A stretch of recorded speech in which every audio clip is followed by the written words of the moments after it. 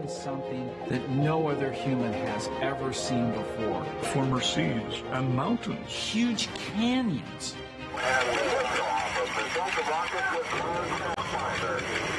That sense of wonderment and achievement and always working towards your goal. We can do, and we will do. And liftoff. Touchdown confirmed. Mars is unavoidably special. We've landed and we've scooped. We've roved, we've orbited. Together, we did it, but the attitude was together we can do it. The future is what you make out of it. You can make it real. And here we are with Mars Perseverance, 51 years later, getting ready to do the first ever Mars return mission. Eventually, we can bring those samples back to Earth and determine for the very first time, did life exist on Mars?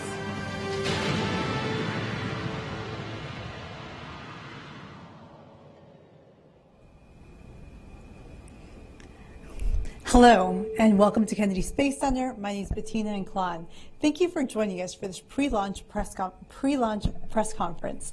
Moments ago, the launch readiness review concluded for the Mars 2020 mission, which will carry the Mars Perseverance rover and the Ingenuity helicopter to the Red Planet. We're very excited about this new era in Mars exploration. You can catch the launch here on NASA television with broadcast starting at 7 a.m. and the launch will start at 7:50 a.m. To learn more about this mission to Mars, we are joined by a great panel to tell us about Mars 2020 and future plans to Mars. First, we have NASA Administrator Jim Bridenstine, Thomas Zurbuchen, Associate Administrator for NASA's Science Mission Directorate, Matt Wallace, Deputy Program Manager for the Jet Propulsion Lab, Omar Bays, Launch Director for the NASA Launch Service Program, Tor Bruno, President and CEO of United Launch Alliance, and Jessica Williams, 45th Space Wing Weather Officer. As a reminder, we'll start taking questions from our media who is joining us virtually on the phone bridge. We'll also take questions from social media using the hashtag Countdown to Mars. So let's start with NASA Administrator Jim Bridenstine. Well, thank you so much, Bettina. And I just want to say the launch readiness review is complete, and we are indeed go for launch. I want to thank our ULA teammates and, of course, our JPL teammates as well. This has been an amazing team effort. And I remember when I first came to the agency, Thomas Zurbuchen came to me and said, hey, look, we have a risk here. The risk is Mars 2020. I said, well, what's the risk? He said, well, we might not go in 2020. And here we are, just a number of years later, but we are, in fact, going to launch what we now call Mars Perseverance in the year 2020. And I think the name is perfectly appropriate. A young man in Virginia named Alex Mather, a seventh grader, is the person who named it. And so we are in extraordinary times right now with the coronavirus pandemic, and yet we have, in fact, persevered. And we have protected this mission because it is so important. We declared this mission to be essential. And there's a number of reasons why.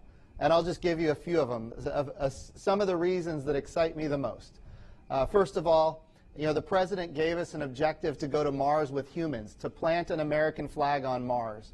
Well, in order to do that, we have to be able to sustain human life on Mars. So there's a mission on Perseverance called MOXIE. It's a technology demonstrator. How do we use the carbon dioxide atmosphere of Mars and create pure oxygen that we can use for life support? So that's a really exciting mission that is a precursor to an eventual human mission to Mars. But there's so much more. When we think about the Mars Perseverance rover, for the first time ever, we're going to fly a helicopter on another planet. We call it Ingenuity. And of course, Ingenuity is going to be a tech demonstrator for this particular mission, but in the future it could transform how we do planetary science on these other worlds, and eventually be a scout so that we can figure out where exactly do we need to send our robots.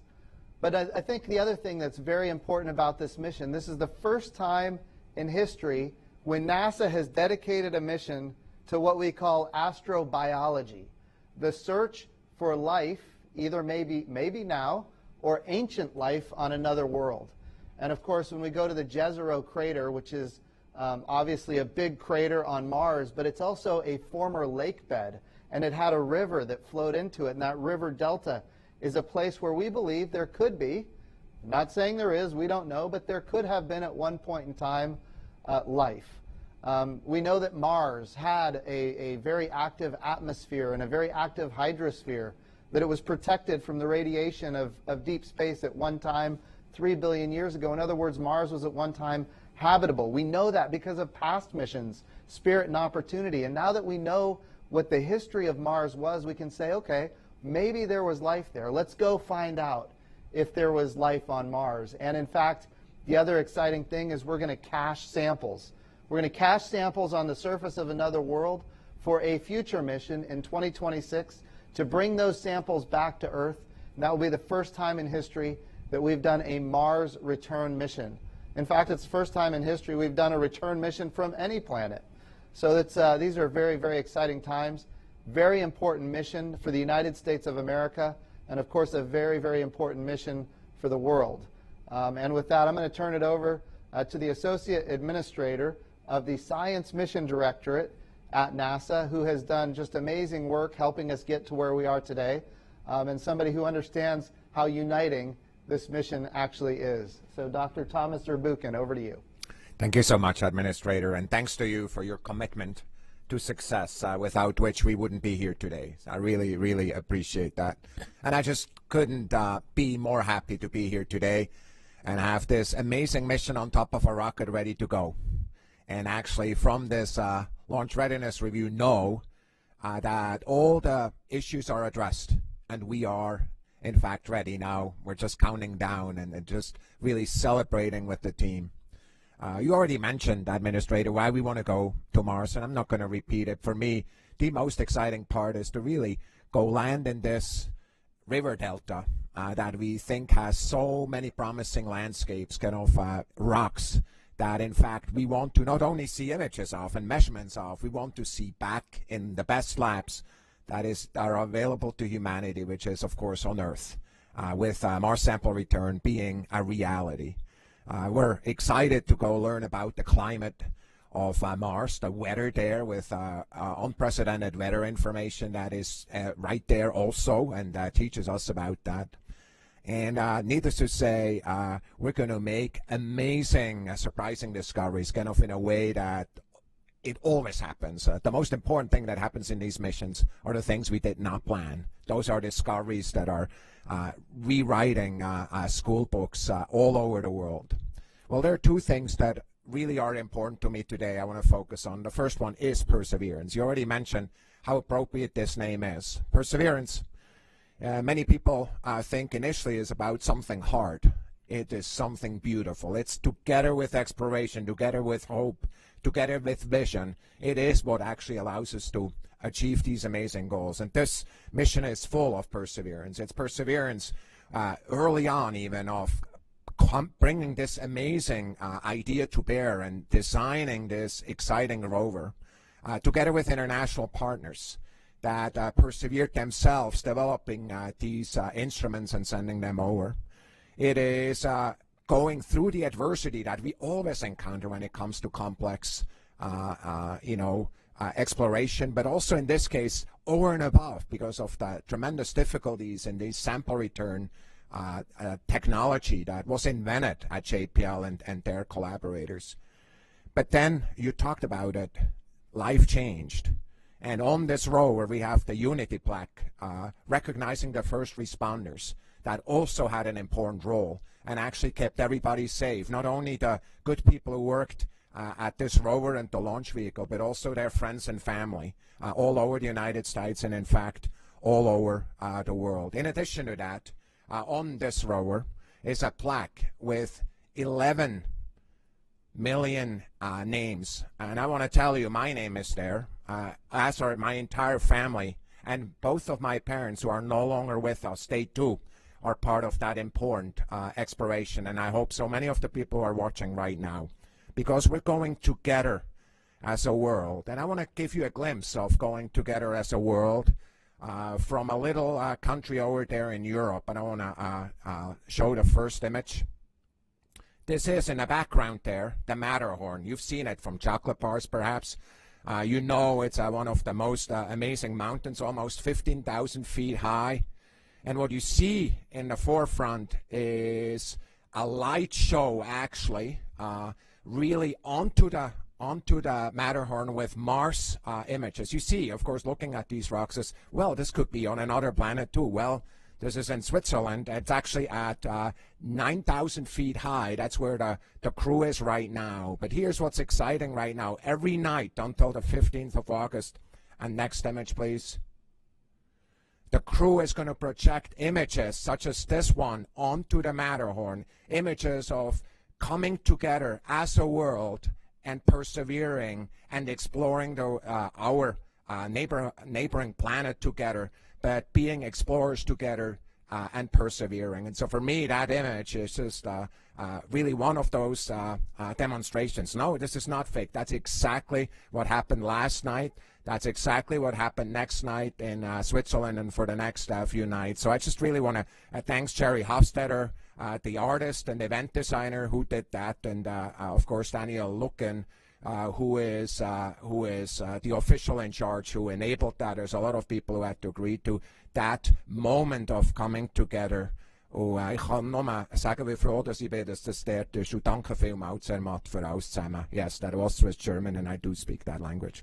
With that, however, I'm going to turn it over to Matt, you know, and I just want to tell you how much I appreciate Matt and his work and the work of his entire team. Matt and I got to know each other a lot because we, too, had to persevere together. Matt?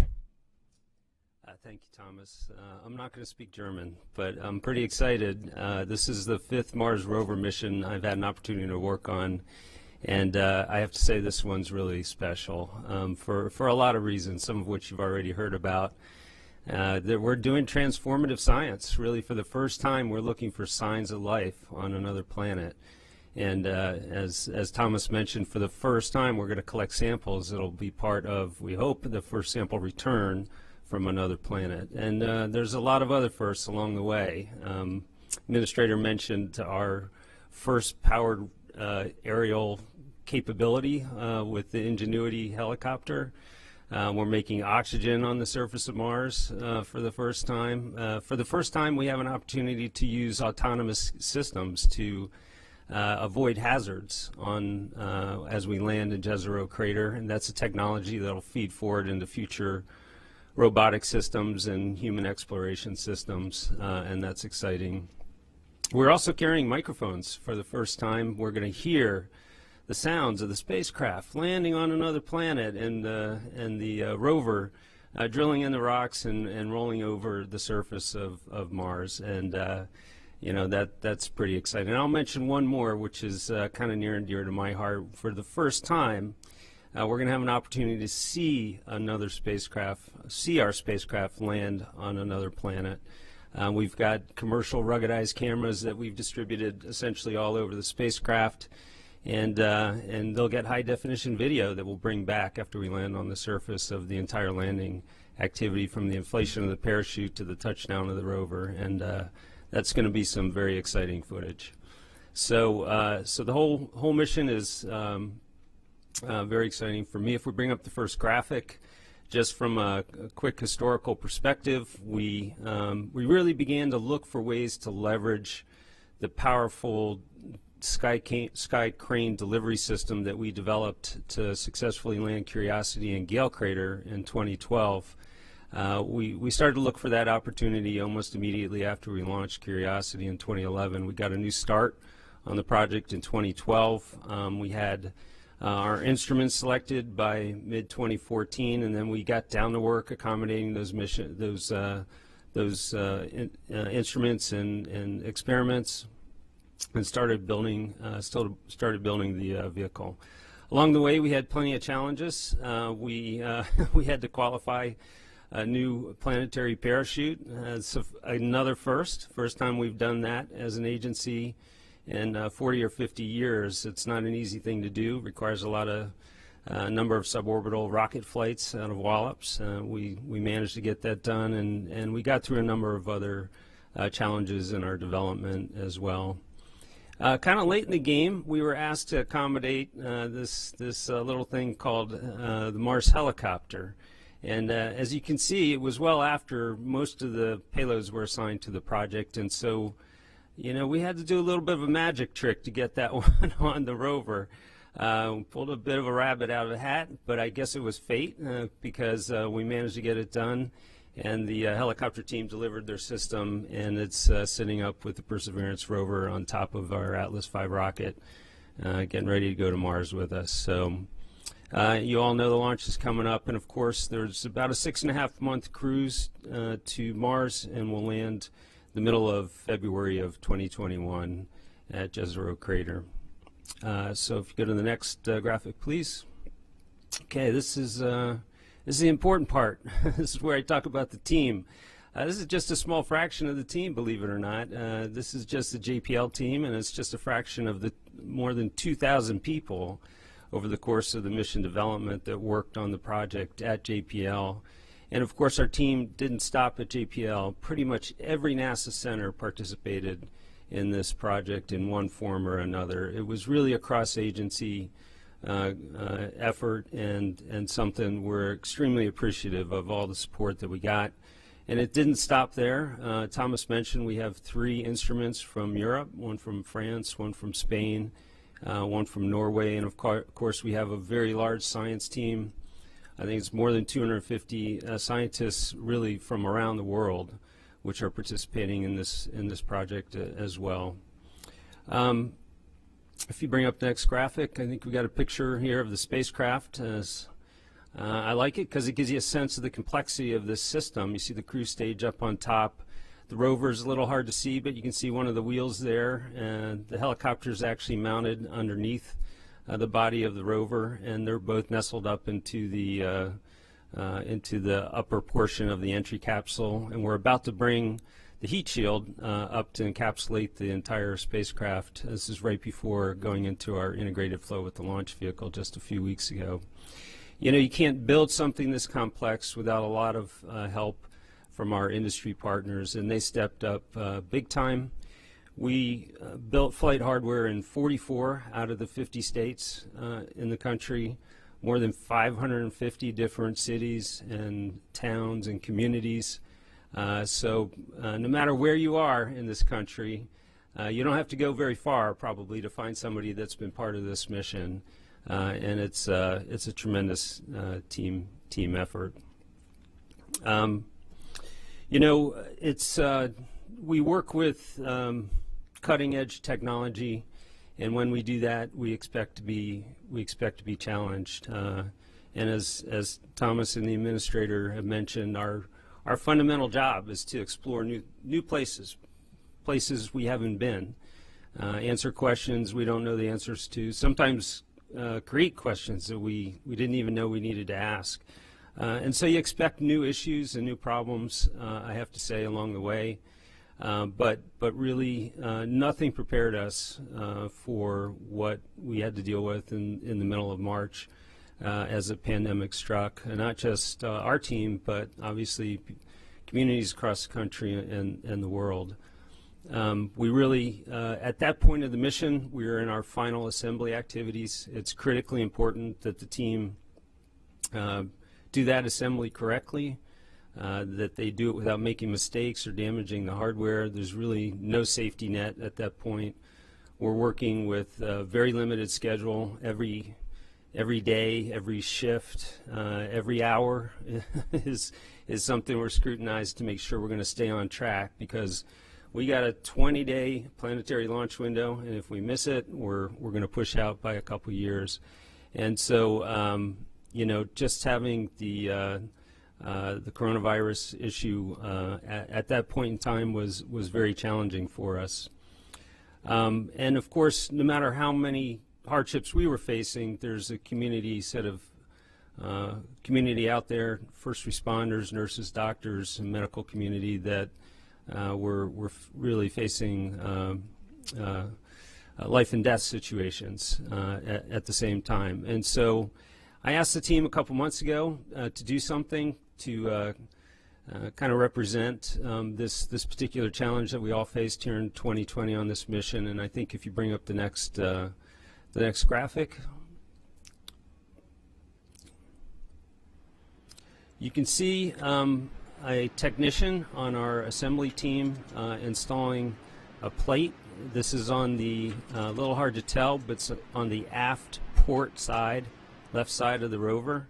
And we call the plate the Perseverance COVID-19 plate. And there's a good shot of it. You can see we have a representation of the Earth on the top, kind of to symbolize the challenge that we faced, you know, globally as the pandemic struck. We have a representation of the spacecraft leaving the Earth and heading to Mars. And of course, all of this is appropriately supported by the rod and serpent of the medical community. You know, during this period, this is a group of people that really inspired, I think, our team to keep going, and we hope that in some small way this mission can help inspire the people that have had to go through this pandemic as well. So if we go to the next graphic, please. I mentioned the team. You saw some pictures. Our team actually doesn't end with international contributions and industry partners and other NASA centers. We include all of you as well. And this plate, if you look at the top left corner of this plate, you'll see 3 small microfiche chips, which Thomas referred to. These are the places where his family's names and 11 million other names are etched onto those microfiche chips. We had only intended to fly one, but we got so much interest we couldn't fit it on one, so we flew 3. And you see on the plate as well representation of the solar system with Earth and Mars, and there is some hidden Morse code, I think, in the rays of the sun, which people quickly recognized spelled out "explore as one," which is what we intend to do. You know, we're going to launch the vehicle here in just a couple days, and we're looking forward to having everybody come along for the ride. If you go to nasa.gov, be my guest, you'll find plenty of experiences there to see the launch and to see some of the behind the scenes interviews. Also at mars.nasa.gov/Mars2020, there's if you click on the participate, there's opportunities to get to some pretty cool social media filters. There's a photo booth there where you can take a picture with the Mars Perseverance rover, some competitions and some other things. So we invite all of you to ride shotgun along with us starting on Thursday. And with that, I'm going to hand it over to our launch director, Omar Baez. Thank you, Matt. And as everybody else here has mentioned, our situation did change. I would have never thought that a launch director would be working from home. And I've done that for the last 5 months. And we used to have something called every other year here called Take Your Kids to Work. Well, guess what? Every day was Take Your Kids to Work Day. And I bet you it's been an experience for the kids, but it's humbling as a parent to see how our whole team, from the range to our partners at JPL to our partners ULA to our folks at headquarters, how we all had to adjust to work in this environment and to collaborate electronically, where before it was a face-to-face interaction versus, you know, seeing somebody's little picture on a computer screen and voice. And even as simple as a launch readiness review, which we had this morning, where it would have been shoulder to shoulder, that room would have been full and people standing up in the back, sparse settings, everybody wearing a mask, You had trouble hearing some people because you're wearing these masks. So there's a challenge and a penalty that goes with doing these things. And I've seen the team react and overcome all of that. And it makes me very proud. And here we are. A couple of days from launch.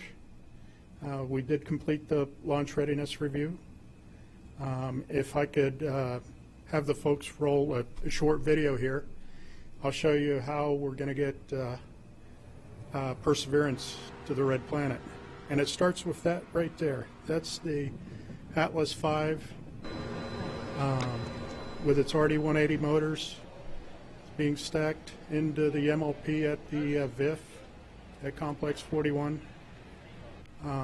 That's the SRMs going up. We're flying 4 of them on this mission, and that gives the Atlas that extra oomph it needs to leave the Earth's gravity well with Perseverance and Ingenuity.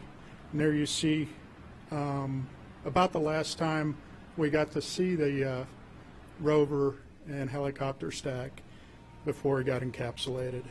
And we took that out to Complex 41 on the 7th and stacked it on top of the vehicle, got it ready. Environmentally, for planetary protection purposes, we had to prepare that area to be able to ingress and egress, and on the 24th of this month we inserted the RTG, which is going to power the rover on Mars for the next couple of years. And we finished out all our testing, and all that remains is I have 3 goes to go. Tomorrow at 8 in the morning, I give the go for the vehicle to roll out. We take a day of rest after tomorrow to get synced up with having to come in at 2 or 3 in the morning. Give a go to fuel the vehicle. And once we're ready and the spacecraft's configured, 1 more go. And 4 minutes later, we're going to be flying to Mars. And that makes my job really simple. And over to Tori to explain the rest of it. All right. Thank you, Omar. I cannot tell you how thrilled we are to lift Perseverance. ULA and its Heritage rockets have taken every U.S. mission to Mars, but this one is arguably the most sophisticated and in some ways the most exciting of all of them. So it will sit atop our mighty Atlas in the 541 configuration. I like to call that one the Dominator because that is our second most powerful Atlas. So supplementing that core with its 860,000 pounds of thrust from the RD-180 will be 4 massive solid rocket motors that you saw in Omar's video, each of them generating another 280,000 pounds of thrust. This rocket is going to leap off the pad with this relatively tiny payload, so do not blink when they say ignition. Now I've got a mission profile video to show you that will just kind of walk through what that flight will look like. If you could run that, please. 3, 2, 1. Main engine start, 0, and liftoff of the Atlas V. The Atlas V RD-180 main engine and 4 solid rocket boosters ignite to generate more than 10.2 million newtons, or 2.3 million pounds of thrust, to lift the rocket on its way towards a hyperbolic escape trajectory. Shortly after liftoff, Atlas begins a pitchover to attain the proper flight path while minimizing the dynamic pressure the vehicle experiences during flight. The Atlas V reaches Mach 1, the speed of sound, at 35 seconds. Following burnout, the 4 SRBs are jettisoned at 1 minute 49 seconds. In the next 2.5 minutes of first stage flight, the Atlas V will more than triple its velocity. At 3 minutes 27 seconds, the payload fairing is jettisoned. At 4 minutes 22 seconds, propellant levels deplete and the booster engine shuts down. The Atlas V is now traveling at more than 21,680 kilometers, or 13,470 miles per hour, and located nearly 156 kilometers, or 97 miles in altitude, and 497 kilometers, or 309 miles downrange. 6 seconds later, the Atlas Centaur separation system activates to release the booster stage. The vehicle now weighs a little more than 5% of what it did at liftoff. 10 seconds later, the first burn of the Centaur main engine begins. Burning liquid hydrogen and liquid oxygen, the Centaur is attaining orbital velocity. At approximately 11.5 minutes into flight, cutoff of the Centaur main engine, or MECO 1, occurs. The mission now enters a 30-minute coast phase in preparation for the Earth escape burn. The Centaur main engine is restarted at 45 minutes. This burn provides the required thrust for Centaur to escape Earth orbit. Approximately 8 minutes later, final cutoff of the Centaur main engine occurs. This completes powered flight. Centaur will coast for nearly 5 minutes in preparation for spacecraft separation. At about 57.5 minutes, Centaur releases the spacecraft into a hyperbolic orbit, traveling at more than 41,000 kilometers, or nearly 26,000 miles per hour, on a 7-month cruise to Mars, where it will seek signs of ancient life on the red planet and collect rock and soil samples for possible return to Earth.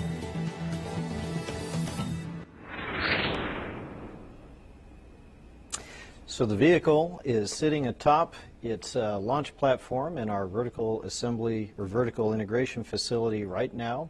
Processing has been going very smoothly for the last several days.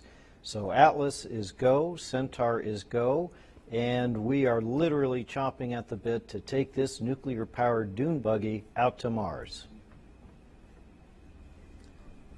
Fantastic. Thank you so much. Next, we're going to go to Jessica Williams of the 45th Space Wing, weather officer. Well, overall, the weather looks very favorable for launch Thursday morning.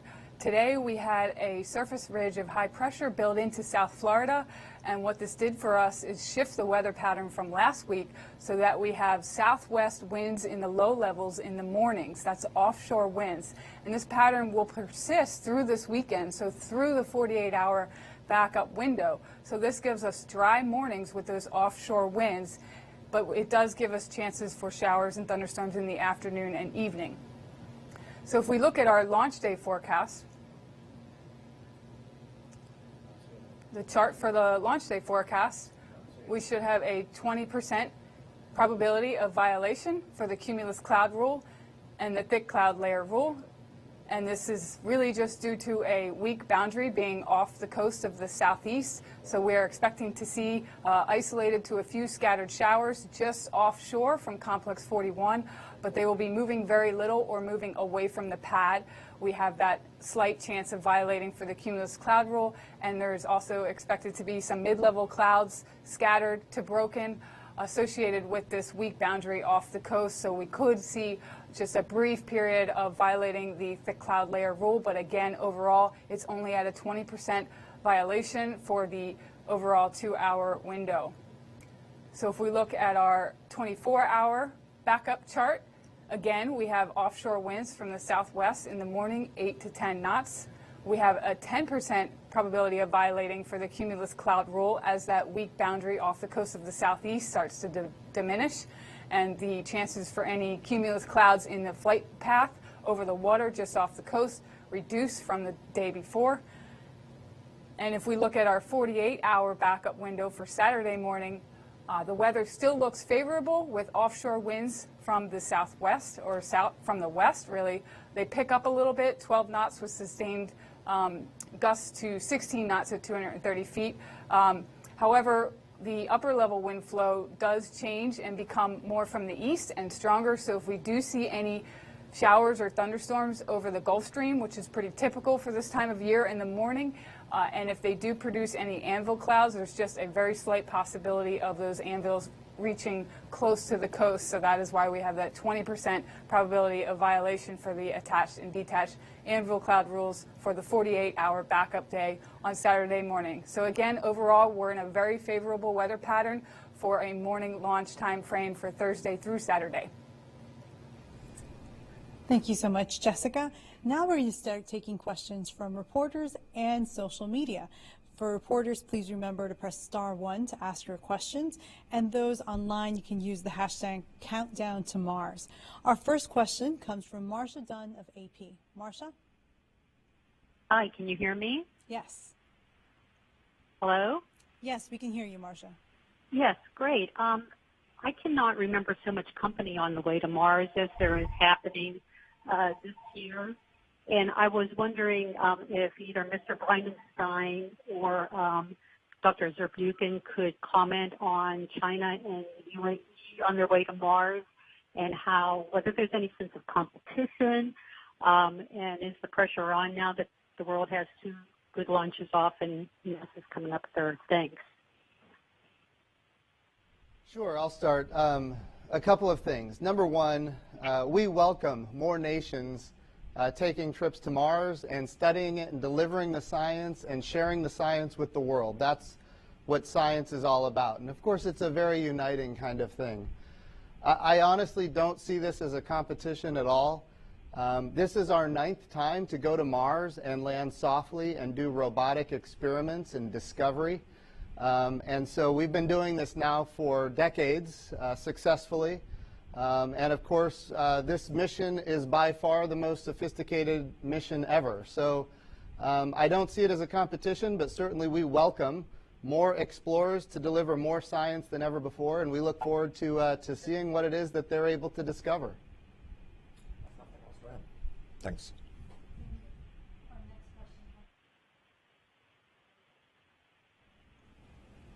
Spaceflight Now. Stephen? And I think my question is from Matt Wallace. You mentioned you worked on numerous rovers before, and you listed all the firsts on this mission. I'm curious if you could compare the complexity and risks associated with this mission with Curiosity and previous missions. You know, everyone was kind of keyed up for Curiosity's landing back in 2012 with the 7 minutes of terror. The sky crane was brand new. Just interested, given your experience base and your assessment of the risks and complexity of this mission overall compared to prior NASA rovers. Thanks. Sure. Yeah. From a complexity perspective, it's clearly a more sophisticated vehicle. As I said, we're carrying about 50% more surface payload than Curiosity did, and that was by far the most complex thing we had ever done up until that time. So we're taking this a step further, and really the sampling system that we have on this vehicle, because we are collecting rocks and soil samples that we ultimately want to bring back to the Earth and look for really trace chemical signatures from billions of years ago, you know, very faint signatures. The system that we use to collect those samples has to be immensely clean, and so we had to sterilize it and we had to clean it from an organics and chemical perspective, and we had to keep it that way from all the rest of the systems that we had to use to get the system to Mars. And so that was, from a complexity perspective, it was really another step beyond what we did on Curiosity.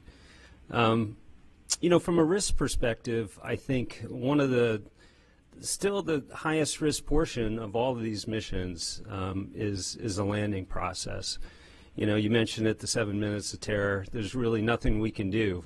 We hit we call it do EDL, do entry, descent, and landing. We literally send a command to the spacecraft that says that, and then for the spacecraft on its own has to get from outside the planet, moving at 12,000 miles an hour, all the way down safely to the surface, without any human interaction, and it's basically a controlled disassembly the whole way.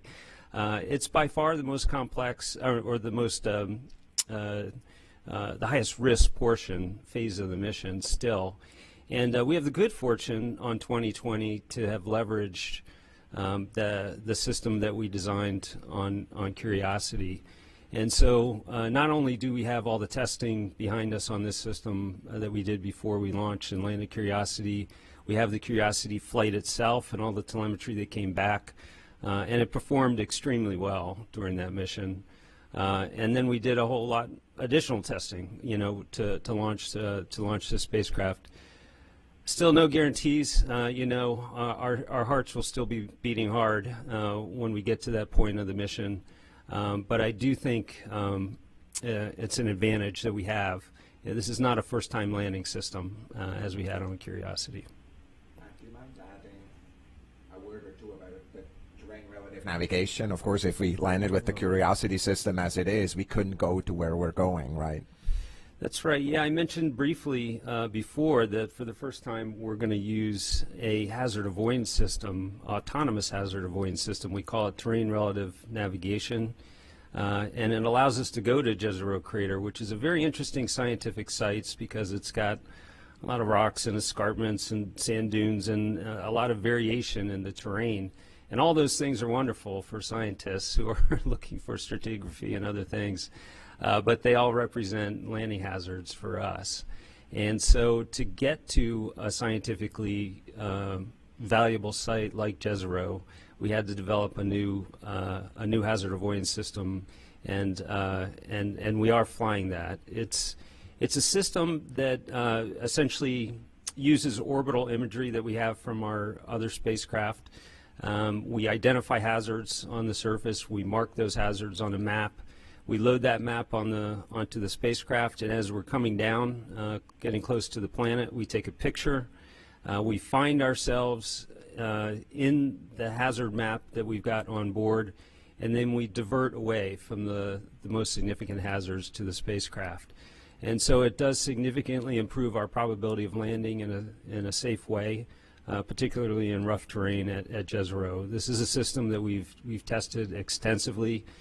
Thomas, in particular, wanted to make sure that that we had all of the necessary checks and balances and rigorous reviews in place for this system before we selected Jezero as a final destination.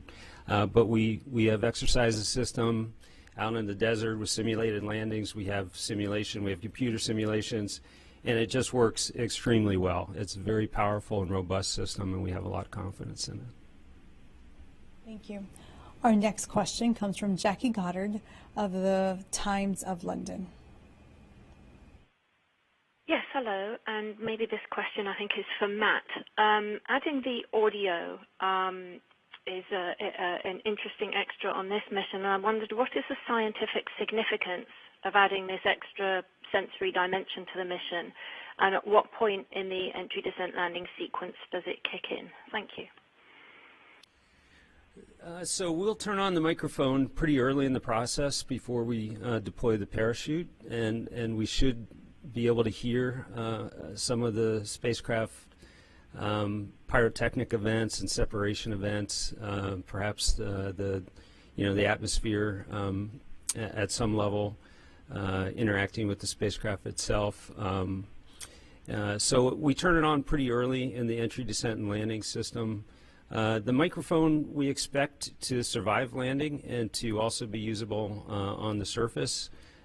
We have two microphones actually. I'm talking about a general engineering microphone now, and we do think that microphone will be able to hear our big rotary percussive drill out on the end of the robot arm as it jackhammers its way into rocks, as well as the wheels crunching over the surface of Mars. We think we'll be able to hear those things. From an engineering diagnostic perspective, we're not quite sure, how it will help us. That's something we're going to have to understand, I think, as we get some experience with it. There is a second microphone. It's mounted on the top of the mast, and it's associated with one of our instruments. The instrument is called SuperCam, and it's a laser breakdown spectrometer. Essentially, it fires a laser, and as the laser goes out, it creates a little plasma cloud with the rocks and the dust that it interacts with. And when we fire this in our test beds or in ATLO, you can hear it pop. You can hear the zap almost, and the science community is hoping, with that targeted microphone up on the top of the mast, that they will learn something about the composition the things that the laser is interacting with. In particular, but it's a little bit of an experiment. You know, we haven't done this before. It's the first time we've taken this this human sense to Mars and exercised it. So we're going to find out. I think we're going to learn as we go. Thank you. Sure. Thank you, Jackie. Our next question comes from Irene Klotz of Aviation Week. Thanks very much. I think this is also for Matt. Have the repositioning of the NASA 3 Mars orbiters already begun to be able to provide, I guess, as real-time comms as possible for the entry, descent, and landing? I'm not quite sure I heard the entire question, but I think it's related to the NASA orbiters and their support role for entry, descent, and landing communications. Yeah, if that repositioning, if any, has already started, or when you expect to do that, and which orbiters will be used? So we're primarily going to use the Mars Reconnaissance Orbiter, MRO, for entry, descent, and landing communications. And it has a minor amount of repositioning, as you mentioned, that'll be required so that it's exactly overhead when we land at Jezero Crater. And I do not believe that repositioning has quite started yet, but we got plenty of time to get that done before we land. Thank you. We're going to take some questions from social media. Our first one comes from J.K. Trzynski. What sort of data would Perseverance gather on the Martian surface? Let's take that. Perseverance gather on the Mars surface. Well, we've talked a lot, I think, about the science mission of the project, and you know, Thomas, did you want to go ahead and say a few words? Amazing question. That's why we're going there. I think the other thing I want to say, there's a show right after this really focused on science with all details. But you know, if you look back from, you know, look at the data that we're going to gather. You talked about the weather instrument, kind of the META that is standing there, and there's really a weather station right there in Jezero Crater. You go look at the cameras. There's numerous cameras that are there. You talked about SuperCam. There's another camera that is, you know, from a point of view of field of view and resolution, really quite unprecedented. Then you have the instruments that are looking at composition, you know, some of them remotely, some of them by looking at samples, and really actually equipping us to gather the right samples, to actually gather them and put them into these very clean sample tubes to bring back. You know, everything, I would argue, is set up for that, to really get us that the ultimate data that we want to gather are these samples. I mean, for us, those are the most precious samples that we believe we've had as humans in terms of samples of nature, of really answering this important question of astrobiology the administrator talked about. That is the ultimate, you know, data, not only the sample itself, but the context in which this sample is collected. We learn from geology here, we learn from the important analysis in every environment that in fact that context is very important for the interpretation thereof. But I just want to block the session later. What did I miss, Matt? No, I think you hit most of it. As Thomas said, we have very powerful spectrometers out on the end of the robot arm. We'll be able to look at the rock at a spatial resolution of 100 microns, which is tiny, and really understand from spot to spot, you know, how the chemical composition of the rock changes. We've got spectrometers up on the top of the mast, which I mentioned, the SuperCam. We've got zoom cameras up there as well. We've got the weather station. We also have a subsurface radar sounder for the first time on the surface of Mars, which will help us understand contextually the geography of the landing site. That's the Norwegian-provided radar, which I mentioned before. So we have a very, very powerful suite of instruments that will help us do exactly what Thomas said, which is find the right samples to collect. You know, we can't bring back a lot, you know, a lot of material when we bring these samples back, and so we want to make sure we've gone to the right site. We want to make sure we've picked the right targets, and we want to make sure we understand the context and the chemistry of those targets when we bring them back. When you talk about what is the data that's coming back, you mentioned spectroscopy, the idea that you can shoot energy into a material. Think of radio waves, or in this case, it could be light waves or infrared waves, and then certain wavelengths bounce back and other wavelengths are absorbed. And based on that, we can make determinations as to the chemical composition of the materials. And here on Earth, what we have been studying is the chemical composition of materials where we know that chemical composition was a result of ancient life here on Earth. So we're taking what we've learned from our own planet and we're applying it to another planet to make determinations as to whether or not there was maybe at one time biology. We're talking about microbial kind of organisms on Mars. And then once we make that determination, we, no kidding, cache a sample. If we think it's a high probability that there could have been life in that place, we cache a sample so that one day, 4 years from now, or I should say 2026, 6 years from now, we can bring it back to Earth and study it and actually make a no kidding determination whether or not humans, or I should say Earth, is the only place in our own solar system that has the capability of hosting life. And that's, I think, one of the most exciting things about this mission. So thank you, Bettina. And thank you all. In many ways, you've answered our next question from social media. Ralph Bennett asks, why do we need another rover there? What more can we learn from Mars? Well, there's a lot. I'll let you guys. I think it's precisely that. What's really interesting is, like, every time we build a rover and we send it there, with it go a number of questions that we have. For example, spirit and opportunity. You talked about it, Matt, earlier. Or questions about water, the history of water at the surface of Mars. So the entire instrument complement was laid out for that. Curiosity was about really trying to understand the composition and are there any organics, right? Many questions that were open, and really what we're learning from Curiosity, and there's surprises even today that the level of complexity in some of these organics is much higher. Now it turns out the word complex means the more complex, the more life, kind of the more the likelihood to life. So that's why that's such an important characteristics. And so now what Perseverance is really, I would argue, the first, and we've said it, the administrator said it earlier, the first mission that really had at its core the question about life, astrobiology, and therefore the instruments are very different for that. And it's I would argue, very hard to imagine coming up with that instrument complement and that location without the other insights that we got from these other missions before, the ones I mentioned as well as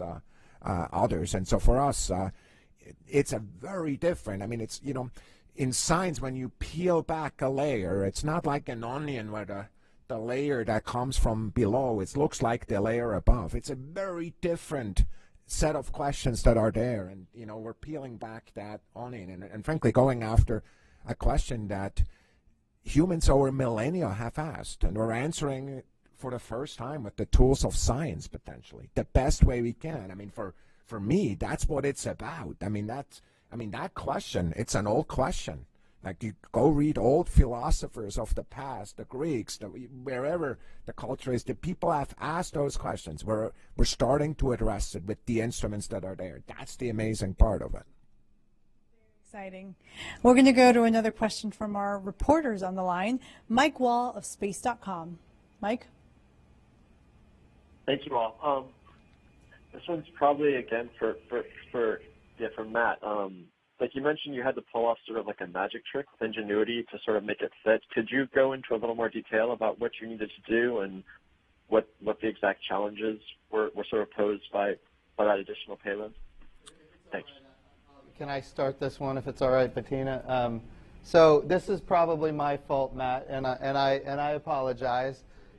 Thomas Zurbuchen brought this into the administrator's suite in my early days as being the NASA administrator, and he had this, hey, what if we were to do this? And I loved it. and I told Thomas, whatever you can do to make that happen, I'm all for it. And of course, Thomas brought that to you, and so I know it was not easy to get done, but I will tell you, I sent a tweet about, it wasn't called Ingenuity at the time, it was just called the Mars helicopter, but I sent a tweet about it on like a Friday afternoon at 5 p.m., and I didn't have a lot of Twitter followers at the time, and I sent a tweet, and it was like, within an hour or two, there's 5,000 retweets. I mean, it just kind of caught fire, and everybody, and then all the media started covering. It was a very exciting moment. So anyway, I know it was difficult.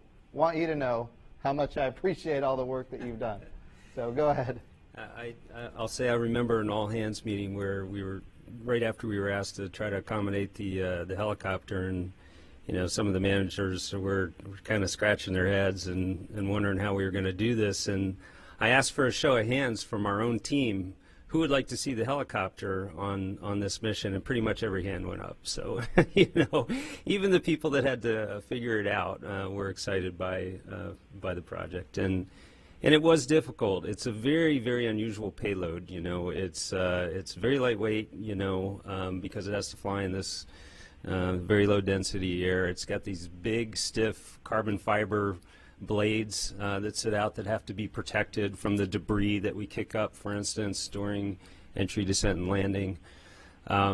It's got legs that have to fold up and then have to be deployed out. You know, and you know, essentially the rover was full. The inside of the vehicle, which is where we have most of our electronic systems so that we can keep them warm, that was full. The top of the vehicle was pretty much overpopulated already, and so and we had to come up with a way of accommodating it. And ultimately, we decided to put it up under the belly of the vehicle. It turns out that the belly pan is a pretty separable thing. We kind of take that belly pan off, and we can give it to the team that was developing the accommodation engineering systems for the helicopter, and they used some of our existing actuators and motors and things like that. We sort of hunted around for available spare flight hardware to figure out how we could do it and get it on the vehicle in a way that, one, kept the helicopter safe, and two, allowed us to deploy it off of the vehicle in a way that it wouldn't represent a risk or a threat to the rest of the mission. We called it the objective essentially was do no harm to the primary mission, because this was an extra technology experiment. And beyond that, our team was oversubscribed, you know, just with engineering challenges ourselves with the sampling system and the instruments.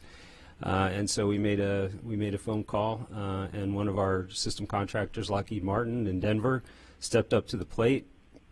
We provided them a basic design and some hardware and some engineering support, and we were able to figure out how to accommodate it underneath the vehicle. And we went through a lot of testing to make sure, in fact, that that it would deploy, that it would stow appropriately, and that it would deploy safely on the surface of Mars.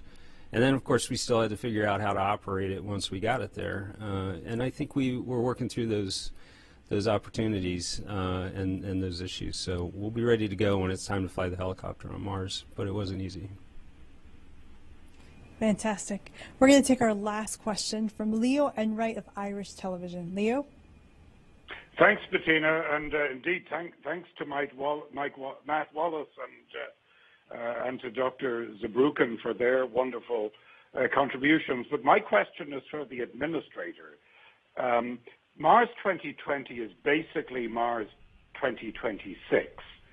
And I'm going to ask a political question, which I think I can ask because I'm an ocean away, so nobody's going to think I've got an agenda. A lot of your international partners will be wondering, will you be willing to continue to serve as NASA administrator no matter who gets elected in November? Now, assuming, of course, that you're asked. Look, you know, my job right now is to do these stunning achievements on behalf of the United States of America. And look, I appreciate the question, but look, I serve at the pleasure of the president. I serve at the pleasure of the current president, and I think it's important that the next president has the NASA administrator that that he wants. The way the political system in the United States works, the NASA administrator is selected by the president. I think it's important. You have to have that relationship. Look at what we're doing right now. We've got the Artemis program, which we have reestablished that we're going to the moon sustainably, that we're going with a purpose to get to Mars. And because of that, we've had really big budget requests. The President of the United States has put on the table the biggest budget that NASA has ever had in nominal dollars ever. Now, of course, in real dollars, Apollo was bigger. But we're heading the right direction. And that's because the President of the United States trusts the NASA administrator. And I would recommend to whoever the President is, at any point in time, pick a NASA administrator that you trust to get the job done. Period. End of story. And look, I've had the time of my life in this job. I'm not going to lie. It's the greatest job I've ever had. But I think there's a time when it's somebody else's turn, and I am under no illusions that I'm the only one capable of doing this job. So there's a lot of people that would be even better than me, and we'll leave it at that. So thank you for the question. Thank you, Leo. With that, we're going to end our questions, but we're going to turn it over to final remarks from NASA Administrator. Well, thank you, Bettina, and thank you for the panel participating in this today. What an exciting time. And I know we just had this conversation about Ingenuity and the helicopter that's going to fly on Mars. I want to kind of put it in perspective for a moment. Imagine looking from Perseverance out at a helicopter that is flying around Perseverance, and the helicopter is looking back at Perseverance, getting us images of Perseverance, what Perseverance is doing. We're going to be able to see with our own eyes, with motion pictures, these kind of activities happening on another world. And I just can't tell you how excited I am about Ingenuity and, of course, Perseverance, the first astrobiology mission. We shouldn't forget, we're proving out that we can turn the carbon dioxide atmosphere of Mars into pure oxygen for life support, because the President has given us an agenda to plant an American flag on Mars, and, of course, to go with our international partners and our commercial partners, all of which is in President Trump's Space Policy Directive 1. So we have this big agenda. This is a precursor mission, but it's also a scientific mission in its own right. And there's so much more to discover, and we're so looking forward to it. So I just want to say thank you to everybody for paying attention. If you want to follow us, if you want to participate with us virtually, from Thursday forward, nasa.gov. I would encourage everybody to go to nasa.gov, and this is all about the next generation. We want to inspire people. So have your kids or your grandkids tune in. This is a great moment for not just the United States of America, but also for the world. Thank you so much, Jim. And thank you so much for joining our conversation. The next briefing will be the Mars 2020 Science Briefing today at 3 p.m. And then we mentioned launch coverage begins on Thursday at 7 a.m. and the launch is at 7:50. You can continue to talk about the greatness of this Mars Perseverance rover and Mars 2020 and Mars Ingenuity by joining us at Twitter and Facebook at Mars Perseverance. And hashtag Countdown to Mars. Thank you so much for joining us today. We'll see you again soon. Thank you.